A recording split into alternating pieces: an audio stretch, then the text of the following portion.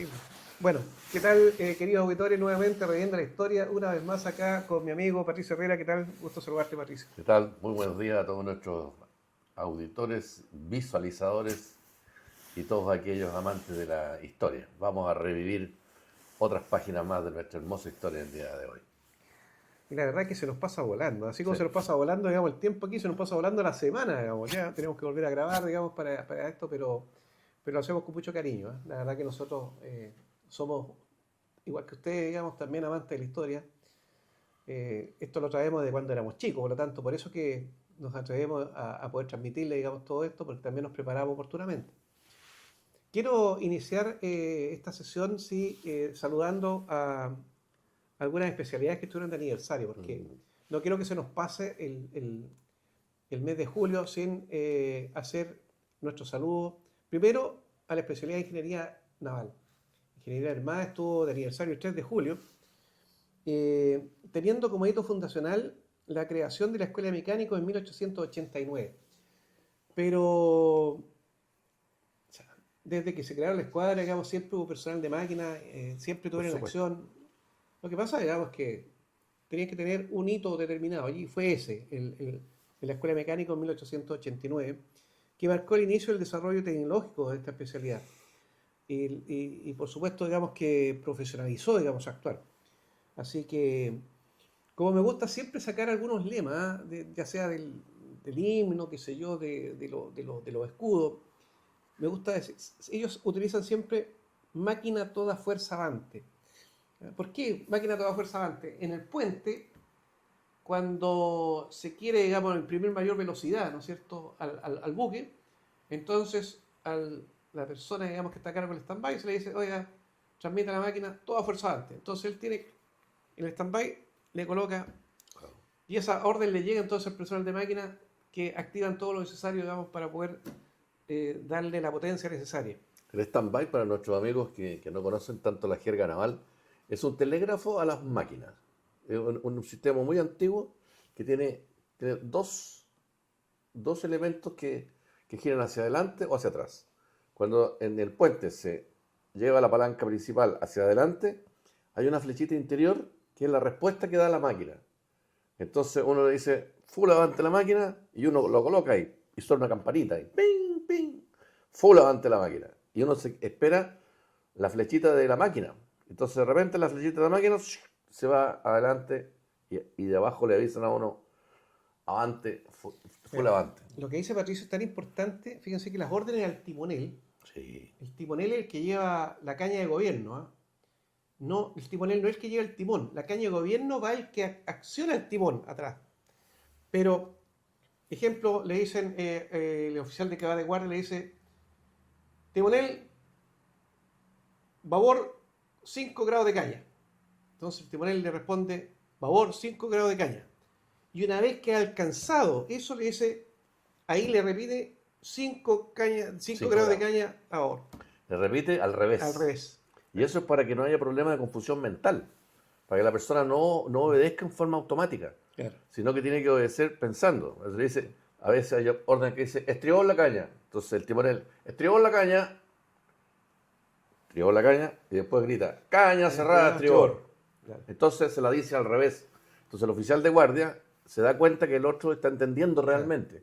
Porque los accidentes navales y marítimos han ocurrido por cosas como esta. Sí, sí. Que un comandante dice, full atrás las máquinas porque va a zarpar dando atrás, y el timonel, y el chanchito, nosotros le decimos chanchito al ingeniero de cariño, pero el ingeniero que está abajo cree que porque vamos a zarpar tenemos que dar avante.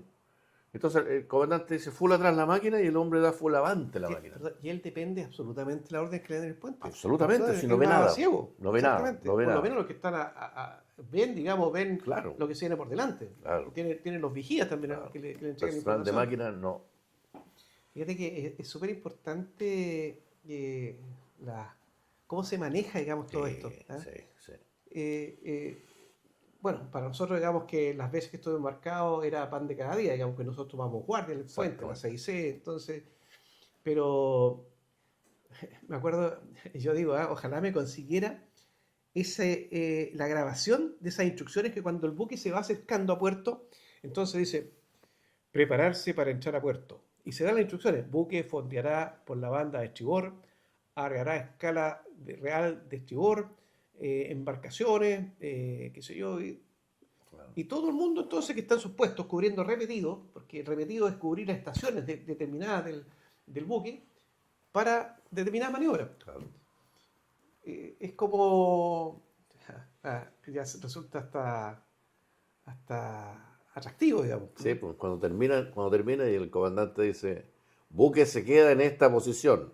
Claro. Segundo comandante asume, porque el segundo comandante queda doblando espías, colocando más espías que ya están puestas, pero más espías en tal parte que es más importante, qué sé yo. Y el Fíjate segundo que, no olvidarse que siempre estás preparado para relevar al comandante. por Siempre. supuesto, por Claro. supuesto, siempre.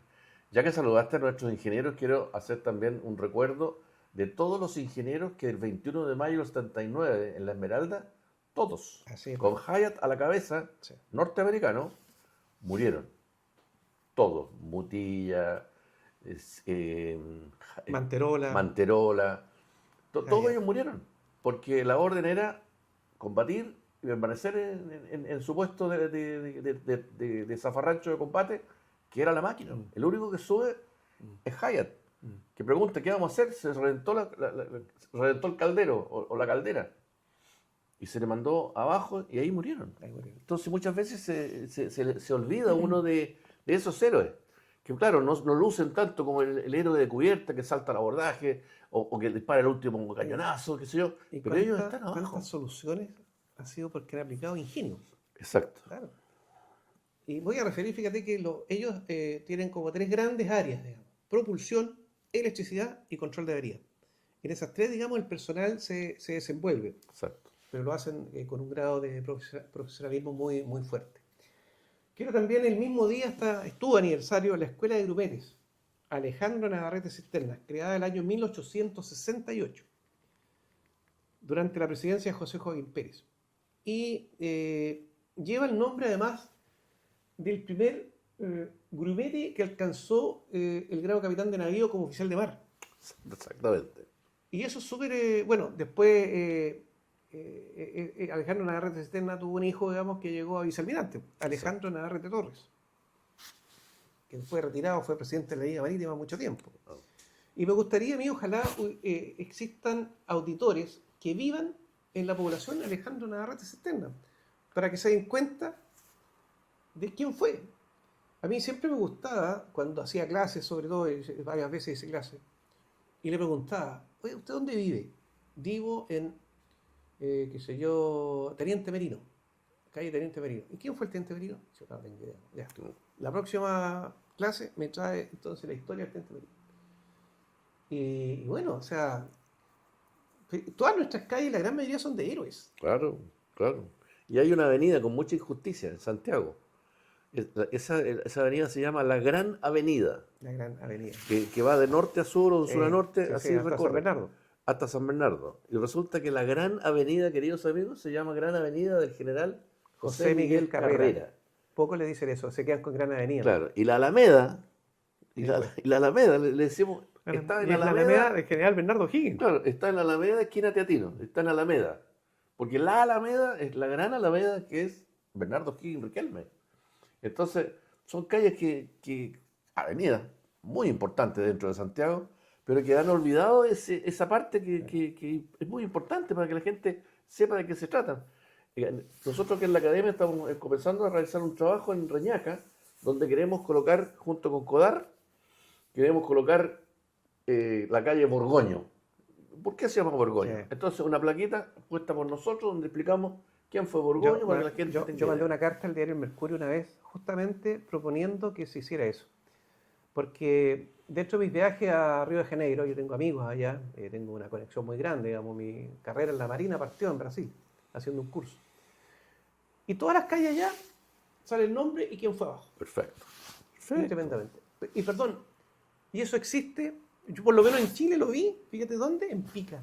Mira, Ahí dice claramente, y yo pensé que era una sola calle, no, pasé por varios lugares, en todas. Carlos Ibañez del Campo, presidente de Chile en tal fecha. claro. Aunque sea algo breve. Claro. Pero, por ejemplo, por años yo viví en Santiago y nosotros íbamos a comprar repuestos de automóviles a 10 de julio. Ah, claro. ¿Dónde está? En 10 de julio. En 10 de julio. ¿Y qué era 10 de julio? 10 de julio. Hasta que, un poco mayor, dije, a ver, pero quiero saber qué pasó el 10 de julio. Y es justamente lo que estábamos conversando la semana pasada Sí. y esta semana. Tiene que ver con estos combates que se realizaron Sí. cuando ya la guerra parecía terminada y la calle se llama 10 de julio y es bastante importante Santiago. En algunas dice a 10 de julio Guamachuco. En algunas. Pero igual tú dices, para la persona, Todavía no sabe qué igual 10 de julio Guamachuco, Guamachuco. claro, sí. Aparte Claro, que podría un colocarle nombre- Guerra del Pacífico. Por Ya, por último. lo menos ya Claro, sabemos dónde. claro, pero no, Sargento Aldea. Sí.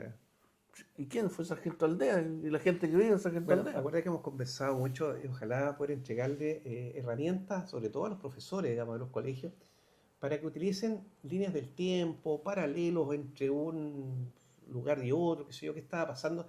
Me acuerdo que mi señora de repente me preguntaba, ¿y cuando pasaba esto, qué pasaba en Europa? ¿Qué pasaba en otro lado? Correlacionar. Correlacionar, sí. Claro. Sí. Ahora se presta mucho, con toda la tecnología que hay ahora. Uf, claro. Sí, pero uno, bueno, nosotros somos de una generación que está cercana a su término. Pero de repente uno se encuentra con sorpresa de, oye, qué curioso que la independencia de tal país sudamericano es cercana a la nuestra. Sí. Qué raro, mira, que coincide en el año o cercano. Es un Una movimiento, sí, es un movimiento claro, juntista si todos éramos entero. colonias, pues, de Claro, España, por la claro. invasión de Napoleón, Sí, pues. etcétera. Eso le pasaba a todos los países, a todos nos pasó lo mismo. Entonces era razonable que pasaran estas cosas. Claro. Unos antes, otros después. Exacto, claro. pero dentro de un rango de claro, 5 años, 6 sí, años, ¿te fijas? sí. Entonces, hay que saber quién es uno, qué raíces tiene. Porque si uno no sabe cuáles son sus raíces, Fíjate córtele que las raíces a un árbol. Se echo seca. de menos esos álbumes educativos que salían cuando nosotros éramos chicos. Sí. Y gracias a Dios me he enterado de que una de las ideas que hay, porque en 3 años más se cumplen 150 años de lo que hemos estado conversando, del inicio de la Guerra del Pacífico, de los combates tanto Iquique, Punta Gruesa y Angamo. Así que es tan importante que ya se decidió que una de las líneas de acción para poder celebrar esto es el lanzamiento de un álbum Perfecto. educativo, Me acuerdo que la firma era Mundicrom, Mundi Crom. que era esa y ninguna más. Exactamente. Claro, y ahora para el Mundial que está terminando, se han dado cuenta de que este recurso sigue vivo, sigue vigente. Claro. Los niños, los padres, todos, e intercambio de estampas, etcétera, venta, avisos en los diarios. Es una muy buena manera de Sí, poder sí, se entrar, entusiasma. entusiasmar a los niños y que conozcan, por lo menos que se despierte un poco la curiosidad para que Exactamente. después, digamos, sigan más adelante con sus estudios, pero en base a algo bastante entretenido. Oye, y otra especialidad que estuvo de aniversario fue el 4 de julio, la especialidad de submarino de la Armada. Exactamente. ¿Y por qué celebra el 4 de julio? Porque el 4 de julio de 1917 fue el izamiento del pabellón nacional en los 6 submarinos tipo H que se compraron al gobierno norteamericano. Se entregaron, la verdad, en compensación. Esos buques, esos submarinos estaban a disposición de Inglaterra. Inglaterra no los pudo llevar, digamos, a la guerra, quedaron en Estados Unidos y ante la confiscación de los buques que había mandado a construir Chile en el Reino Unido, entre ellos, digamos, en La Torre y otro más, se permitió la entrega, digamos, de estos submarinos. Estos fueron los submarinos tipo H por Holland, ese era el modelo. Correcto.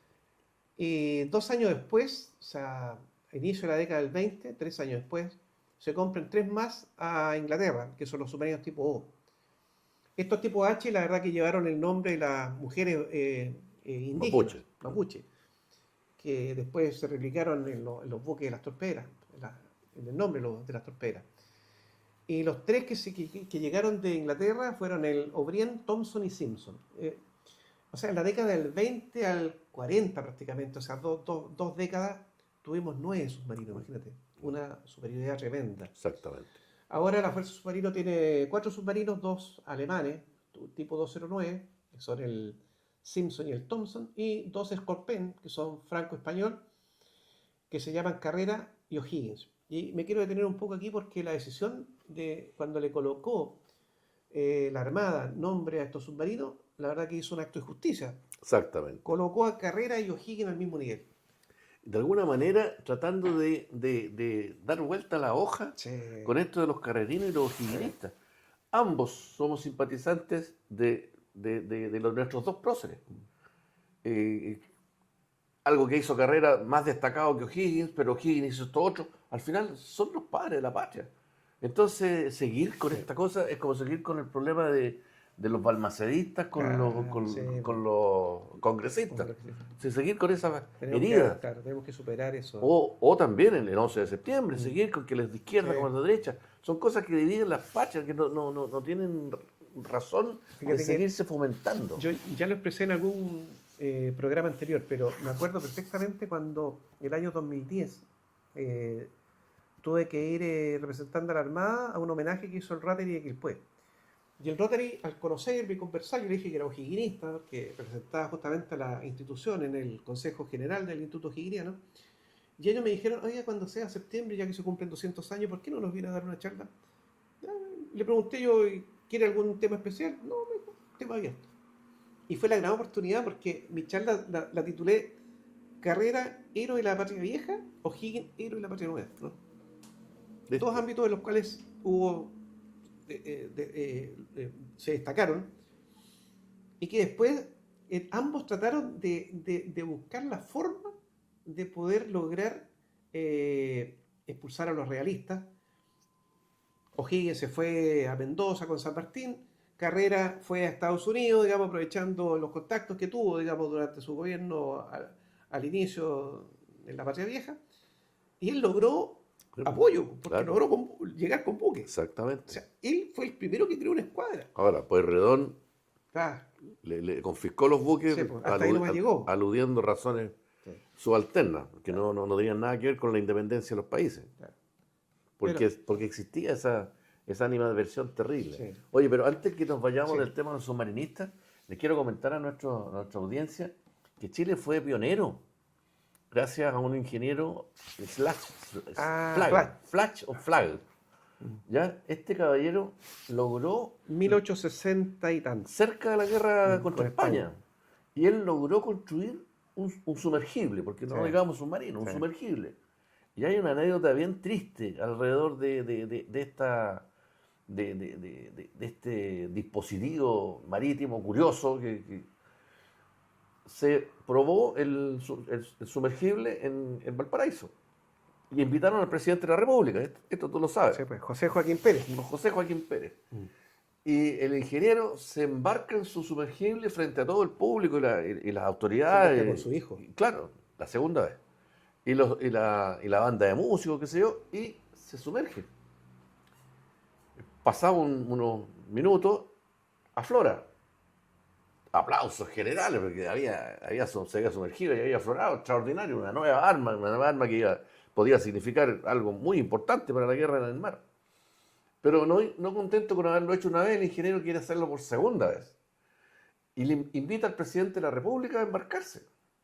Y de hecho embarca a su hijo, como para decirle, oiga, si esto es seguro, y embarca a su hijo. Y el presidente mira esta cosa y de repente con un chilenismo le dice, ¿y si se chinga? Chingarse significaba que falle. Ya chingar ya no se usa. ¿Y si se chinga? Y el ingeniero lo queda mirando y el presidente rehúsa, no se embarca. Se vuelve a sumergir el ingeniero y no salió más. Entonces se chingó.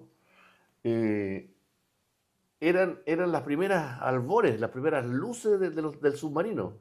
Y si esto hubiese resultado, nosotros habríamos tenido elementos para habernos defendido contra los españoles y la guerra del Pacífico habría sido otra. Claro. Porque los torpedos de Botalón eran torpedos que se llevaban como una especie de vara. Claro. Había que poco menos que golpear. Eran suicidas, era una locura. Sí. Entonces, pero bueno, un saludo para nuestros hombres de chaqueta de cuero. Fíjate que... Bueno, sí, hay que recordar que hace un par de años atrás, digamos, el comandante Malfanti, buzo táctico, hizo sus exploraciones, se sumergió varias veces.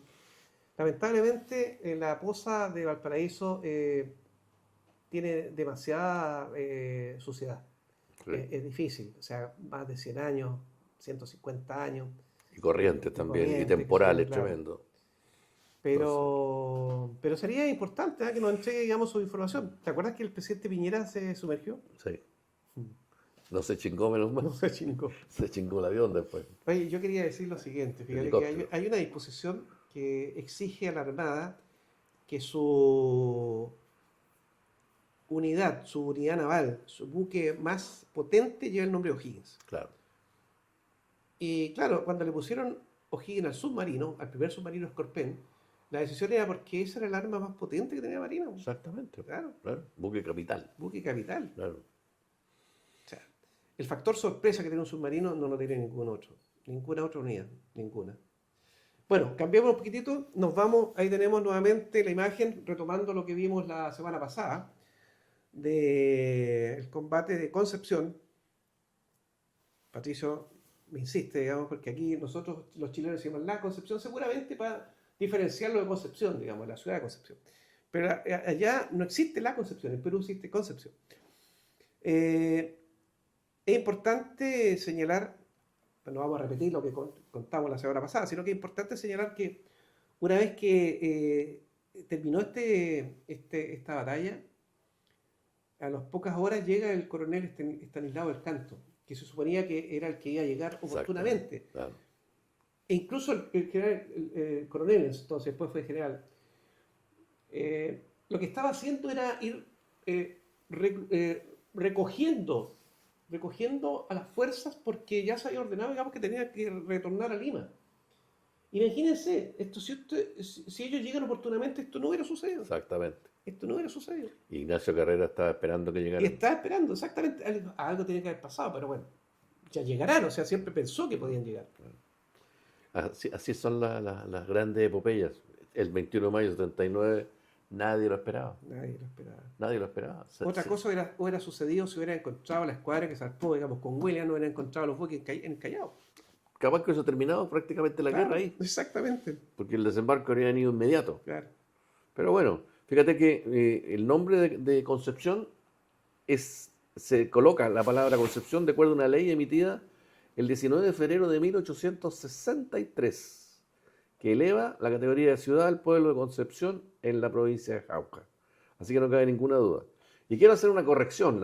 La semana pasada yo me apasiono con la historia. Y la verdad que mi querido almirante me dijo después en la semana, oye Patricio, ¿de dónde salieron las 600 bajas que tú dijiste en el programa?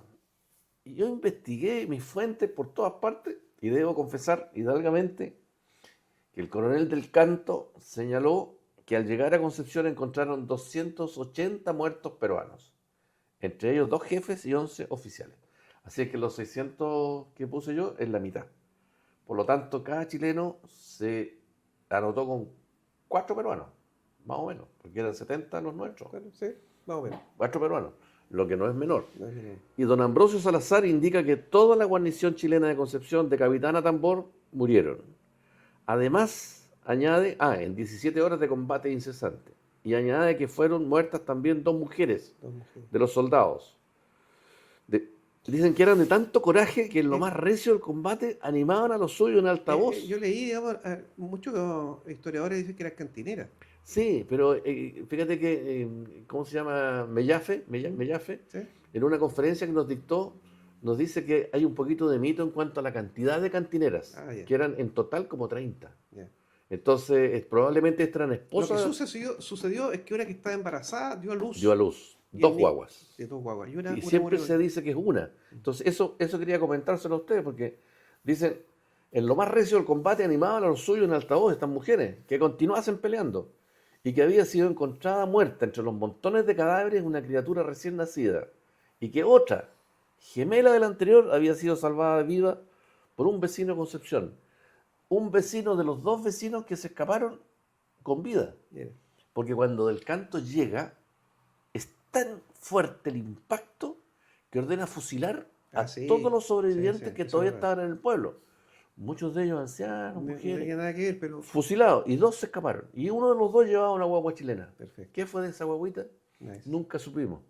Y después quemó el pueblo completo. Yo tenía la información de que había quemado la iglesia, que ahí la tienen hermosamente Sí. restaurada. Pero no, pues quemó todo. Disculpa, claro, se supone que esta es la casa parroquial. Aquí Claro. estaban las fuerzas Exacto, chilenas. claro. Sí. Y ese techo, en vez de teja, era de Es paja. de paja. Por Claro. eso que las últimas escaramuzas las hicieron los peruanos trepándose y lanzándole antorchas para- encendidas para Para que obligar a los chilenos a salir. a los pocos que quedaban, Claro. quedan Sí. 3 o 4. Oye, yo voy a recomendar un libro que se llama 6 años de vacaciones. Muy bueno. Escrito por Arturo Benavides, que combatió no solamente ahí, combatió en varias batallas y que afortunadamente salió con vida. Y por lo tanto él escribe, digamos, toda su experiencia.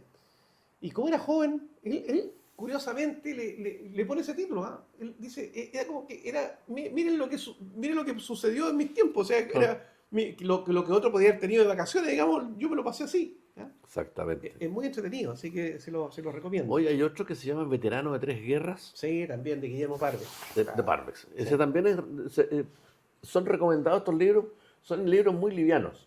¿En qué sentido livianos? Que son relatos muy, muy agradables, muy Sí. didácticos. No son Yo creo que es pesados. fácil meterse en la trama y sentirse protagonista. Exactamente. Comenzar Sí. a vivir, digamos, la historia. Claro, sin ser novela, Sí, sin sino ser que novela. son Sí. libros de historia, pero escritos de una forma muy amena, muy amena. Sí.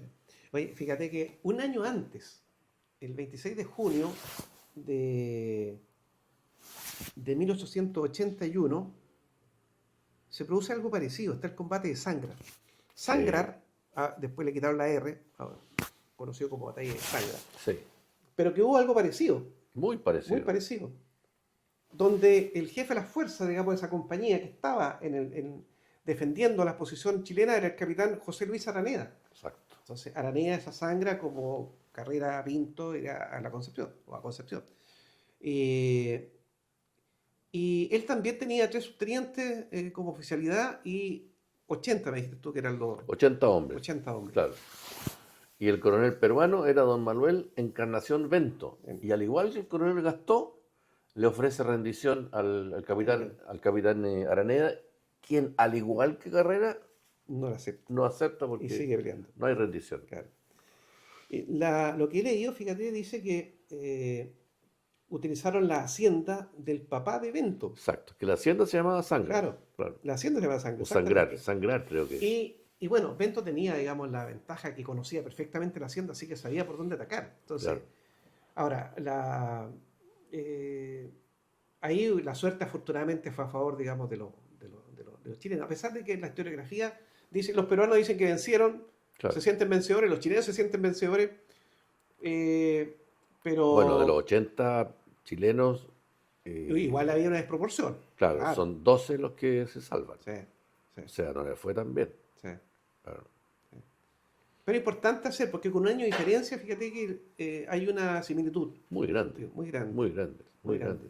grande. Lo que más queda en claro es el espíritu Sí. de ambos Sí, ejércitos, claro. tanto peruanos como chilenos, porque se acababan las municiones y era cuerpo a cuerpo, a la bayoneta y cuerpo a cuerpo. Entonces, Sí. estamos hablando de una guerra. Fíjate que de la batalla de Concepción nos fuimos un año para atrás. Si nos vamos de Concepción un año para adelante, nos encontramos con la batalla final.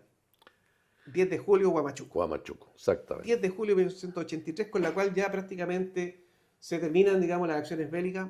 Después, en octubre, se firma el Tratado de Ancón, que termina la guerra con Perú. La guerra en sí continúa por la parte que con Bolivia todavía existía, digamos, no se había firmado ningún pacto, nada, y se firma un pacto de tregua. Campero estaba en Bolivia Campero. y no aceptaba rendición. No aceptaba rendición. Claro, lo que pasa es que para aceptar la rendición tenían que aceptar la entrega de territorio. Sí, no era Y fácil. eso, Iglesias, el general Iglesias estaba dispuesto en algún momento, pero Cáceres, en Perú, se negaba rotundamente. Pero Entonces, mira, nos están avisando que nos queda prácticamente un par de segundos. Sí. Vamos a continuar la próxima semana Huamachuco, para sí. finalizar bien esto, porque fíjense que para Chile se termina la guerra, para Perú continúa, y continúa con una guerra civil exactamente. entre el 84 y el Terrible. 85, entre Iglesias y Cáceres. Que era una guerra civil que estaba larvada. Claro. Durante la guerra con nosotros, Claro. ellos estaban en fricciones Sí. muy fuertes. Sí. Bueno, queridos auditores, se nos fue nuevamente el tiempo. Muchas gracias por su atención. Así que nos vemos.